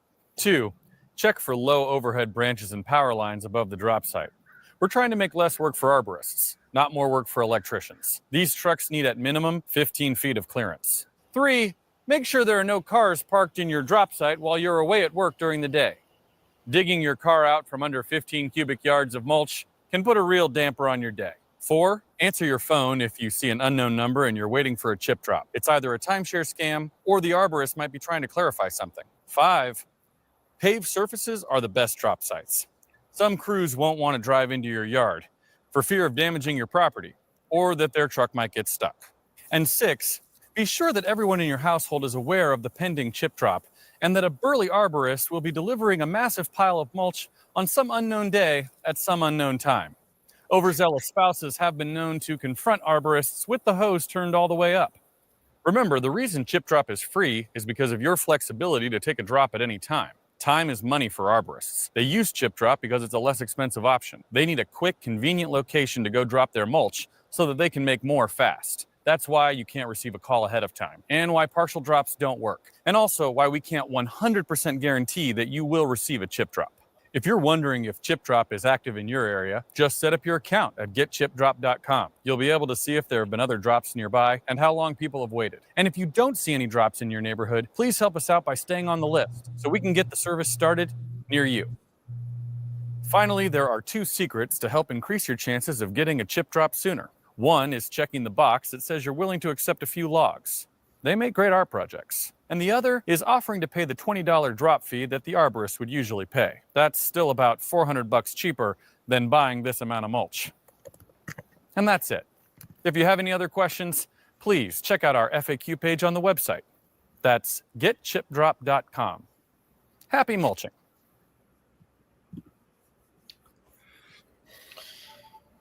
Pretty great. All right. Pretty great. All right. Get yourself some chip drop, guys. Get yourself some mulch, fam. Spread it. What else we got here? Can you post that link, Demo? Let's see if I can do it. Do I have the skills? It's time to, I do. time There to you build go. some chocolate cake soil. Chocolate cake. 7-layer dip. You know, when that soil gets real good. Mm-hmm. Real loamy. Exactly. Get that organic matter going.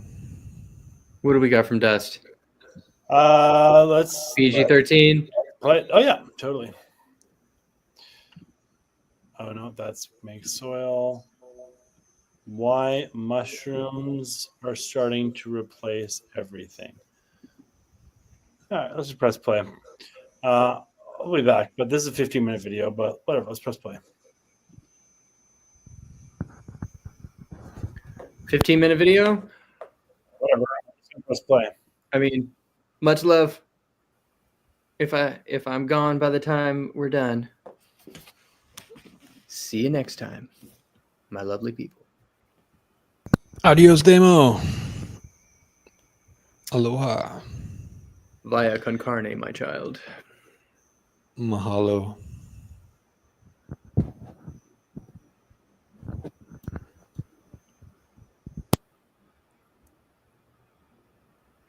Struggling over there, Kyle. Right? This portion of the program is brought to you by Fruit Trees and Chickens. Oh, Saves the season from tearing. Did it again? Kyle thought we were. This video is brought to you by Incognite. I get requests all the time All to right, follow we're up on just going to watch exciting the break. first part of it. 1 minute. Imagine a world where the homes we live in, the clothes we wear, and even the sensors in our electronics weren't manufactured, but grown. Mycelium, the root structure of fungi, is shaking up everything from sustainable construction to meatless bacon. It's turning agricultural waste into walls, hemp into compostable packaging, and fungal threads into leather that even luxury brands are eyeing. This mushroom material is set to insulate the facade of a 300-unit housing project in California. And now innovators are swapping out the sensors of robots for the electrical pulses of living mycelium. So how long until mycelium is just as ubiquitous as wood, metal, and plastic? I'm Matt Farrell. Welcome to Undecided. This video is brought to you by Incognite. I get requests all the time to follow up on exciting We could do a whole breakthroughs I've episode done on in the this. past. I love this. You know, it's sort of where are they now for renewable technologies? With new uses for mushroom mycelium sprouting up in the newsfeed, I toured the farm of the company that pioneered it all, Ecovative. They walked me through the process of turning mushroom roots into versatile, sustainable materials. But first, what even is mycelium? When we think of mushrooms, we picture portobello caps, forest fungi, or maybe Smurfette's house. But these are just the fruiting bodies. The real magic of mushroom happens underground. Beneath the soil surface, a vast network of mycelium threads acts as both roots and stomach, digesting and absorbing organic matter.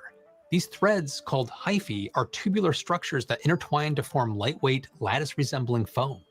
Dig into the forest floor and you'll find this white mycelium network weaving through dirt and wood, acting as a natural binder. This ability to glue loose materials together is what first fascinated Eben Bayer and Gavin McIntyre, the duo who dreamed up the mass farming and use of mycelium as a self-assembling, sustainable material. They mix mycelium with agricultural waste like corn stover or hemp herds, put it in a mold, and let nature do its thing. Fueled by plant matter, mycelium grows to fill the mold, forming an all-natural compostable foam. This happens fast. In just 4 days, a rigid mycelium structure is ready to be popped out of the mold, then grown for another 2 days until its surface is coated with a soft, velvety layer of mycelium. Once it's baked at a low temperature to stop the growth, it's ready for whatever application its creator thought up. For Bayer and McIntyre, that was mushroom packaging, which is the product that launched Ecovative into the green economy. Their packaging has been used by Dell, Steelcase, and Emma Watson's gin brand, with much of it manufactured under license in the US, Europe, and even down under. Today, the mycelium-based packaging market is valued at nearly $85 million. And as more companies adopt greener packaging, it's projected to grow more than 9% annually, reaching over $200 million by 2034. Ecovative's innovations didn't stop at packaging. While touring a massive indoor mushroom farm in the Netherlands, where mushroom caps are grown on straw and picked by hand, Bayer got the idea to grow mycelium indoors as giant mushroom slabs. Saw rooms like this, these big beds, and I realized that this was like the most automated, scaled mycelium infrastructure on the planet, devoted to growing this one very specific monocrop. And I had the vision of this, like, hey, what if we could create this biopolymer in our lab at this scale at a really low cost? This is the mycelium technology I went to see for myself. It's a novel mushroom architecture grown from a strain of oyster mushroom plucked off of a tree in Troy, New York.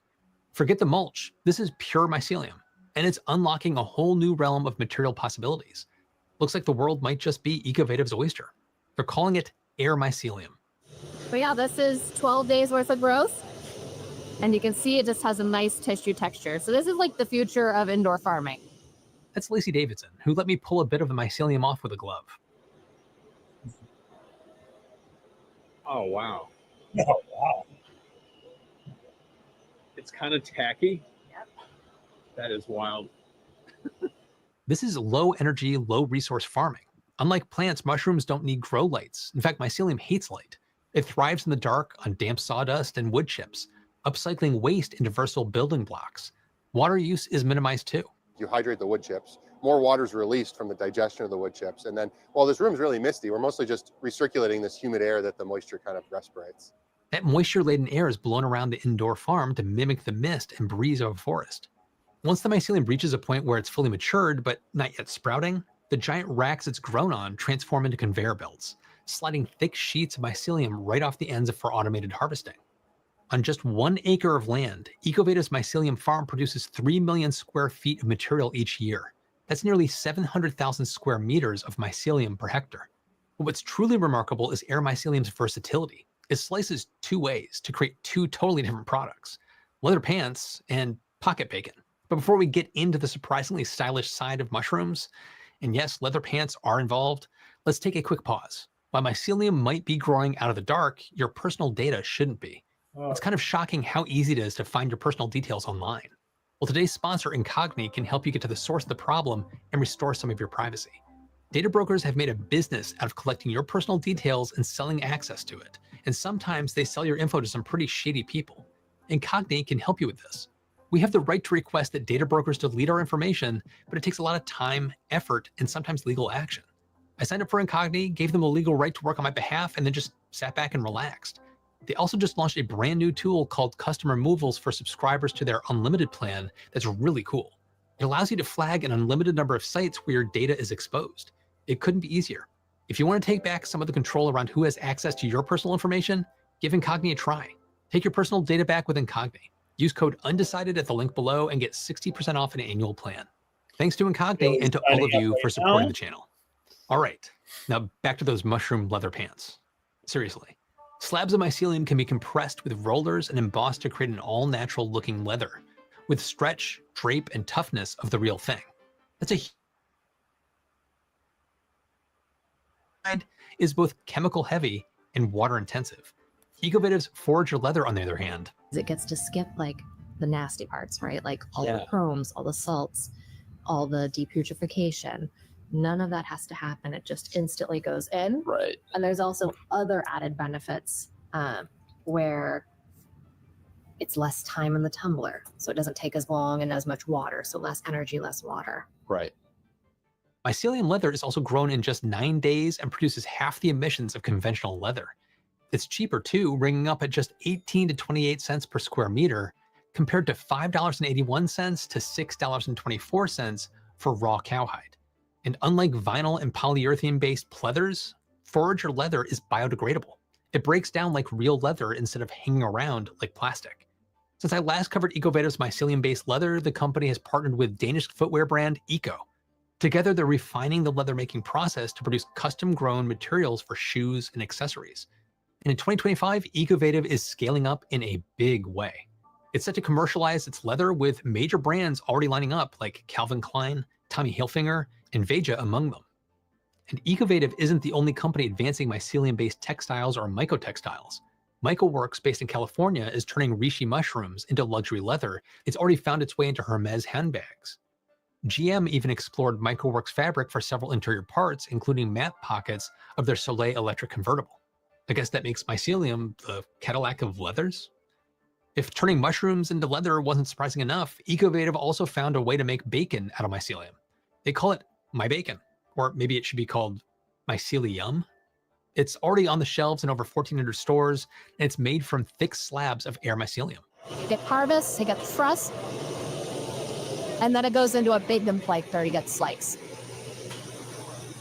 If you take strips of air mycelium, soak them in a brine of sugar, salt, and natural smoke flavor, boil them up, and then add a little coconut oil, then you've got artificial bacon with a meat-like texture that fries up in a pan.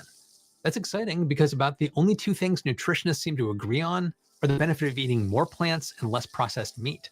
It's also exciting for the planet, as making this bacon uses a lot less land, water, feedstuff, and, well, pigs. This growth chamber is 1 acre of plants, of all of them. Okay. That can do 1 million pounds of my bacon annually on 1 acre of land. That's 1 million pounds of bacon made from agricultural waste and water, with minimal energy inputs and compostable waste. But what all lovers of bacon need to know, and I am one of those people, it passes the sizzle test. And on a BLT or burger, I can say from experience, it tastes fantastic. I'm not the only one who thinks so. My bacon is the fastest growing plant-based meat in the Northeast US, selling 3 times as fast as competitors. It's no wonder Ecovative just secured $28 million in funding to triple capacity and set up an additional farm in Canada. Later this summer, they're rolling out a pulled pork. I got to try it on my visit, cooked up with barbecue sauce, and it was surprisingly good. Tender, smoky, and close enough to the texture of the real thing, I almost forgot it was made from mushrooms. So we've got bacon and leather. What about packaging materials? It feels strange to list those together, but yet they're all part of a growing list of uses for mycelium. A startup called Gob in San Francisco, California is turning Ecovative's spongy mycelium foam into single-use earplugs. In France, Cause is developing surfboards with mycelium cores and bio-based resins. And in the Netherlands, Loop Biotech is growing biodegradable coffins from local mushroom species and upcycled hemp fibers. Mycelium is also a powerful sound dampener, and Mogu, based in Italy, is using it to build a sustainable acoustic wall tile. In the Samurest House, which is a glamping cabin designed by the Czech Technical University to look like a cluster of parasol mushrooms, mycelium wasn't just cladding for the interior walls, it served as insulation panels too. Even the stools were grown from mycelium, which is probably the first time I've seen literal toadstools incorporated into interior design. All this architectural experimentation is surprising considering that mycelium isn't typically considered for weight-bearing applications. But when grown the right way with the right agricultural waste, mycelium bricks can be surprisingly strong. An initiative called MycoHab has built a 1-bedroom home in Nambia using bricks made with oyster mushroom mycelium and biomass sourced from invasive encroacher bush. The team claims that pressing and baking these bricks makes them stronger than concrete.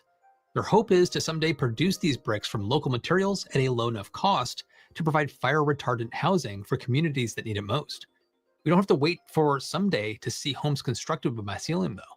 In 2025, a 316-unit affordable housing complex called The Phoenix is set to open in West Oakland, California, featuring exterior cladding made from mycelium panels. These 36-foot long or 11-meter prefabricated panels are grown from Ecovative's mycelium and hemp blend in giant molds, then encased in a fiber-reinforced polymer shell for durability. The panels will serve as thermal insulation, cutting energy costs by keeping the building cooler in summer and warmer in winter. Mycelium is also naturally fire resistant and has impressive sound absorption capabilities, which is perfect for this housing complex built next to a busy freeway. The truffle on top is that the mycelium cladding is also carbon negative. You might be wondering how smart it is to incorporate mold into a building structure, but this is only the root-like mycelium. That's not the fruiting body and definitely not the fungus spores. And once the mycelium is matured, it's baked at a low temperature to kill and stabilize it. But what if we didn't just build with mycelium, but what if we let live mycelium do the building? It's an idea that's truly out of this world. NASA is exploring whether living mycelium could be brought to the moon or even Mars to grow a habitat. At the NASA Ames Research Center in Mountain View, California, scientists are exploring whether astronauts could one day unfold a lightweight frame seeded with dormant mycelium, then just add water from ice deposits and wait for the structure to take shape. Unsurprisingly, pulling this off won't be as simple as throwing together some cup noodles. To make this work, they'd need to grow mycelium alongside algae to provide oxygen and food for the fungus. And to shield it from cosmic radiation, NASA plans to use a type that produces melanin, basically mycelium that can tan.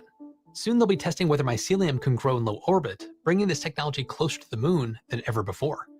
Space isn't the only frontier for living mycelium. Here on Earth, scientists are finding wild new ways to tap into its natural abilities, like turning it into living sensors for robots. At Cornell University in New York, researchers took advantage of mycelium's natural aversion to light to create a living sensor for biohybrid robots. They grew king oyster mushroom mycelium around an electrode and flashed it with light, triggering electrical signals within the fungal tissue. An electrical interface in the robot captured those signals and converted them into digital information, prompting the robot to move. The mycelium wasn't just an on-off switch either. Different intensities of light made the robot speed up, slow down, or even shift direction to move away from the light.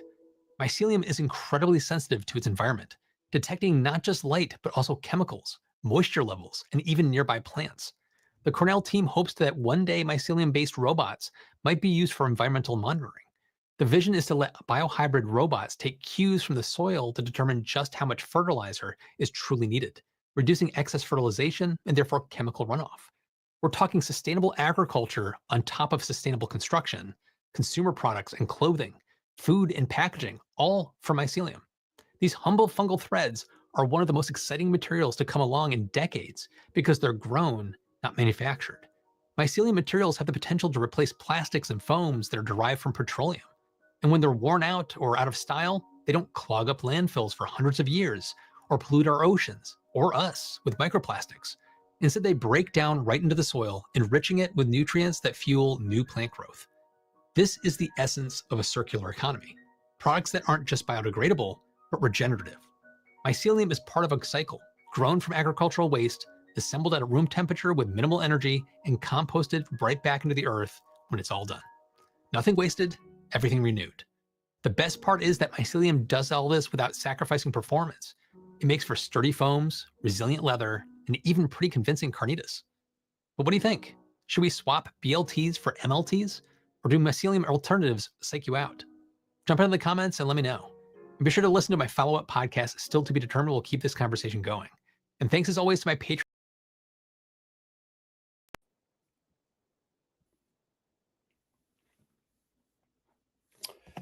Well, thanks everybody. That was amazing. Really incredible. Mushroom coffins. Okay, so I think we should probably queue up a show to deep dive on a lot of the tech that was kind of explored in there and talk about mushrooms, because mushroom hemp building, it just makes a lot of sense. And it looks like a really good scalable operation. All right, much love, everybody. Let's go. Let's grow. Play one more video on the way out. And farewell, friends.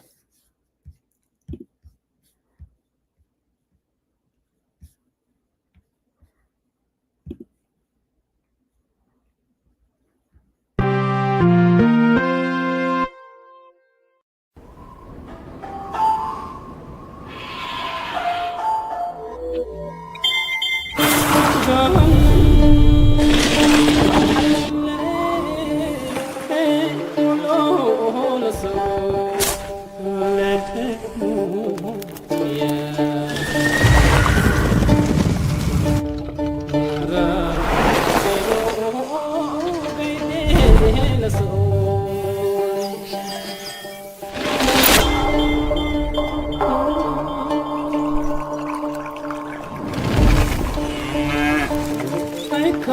example.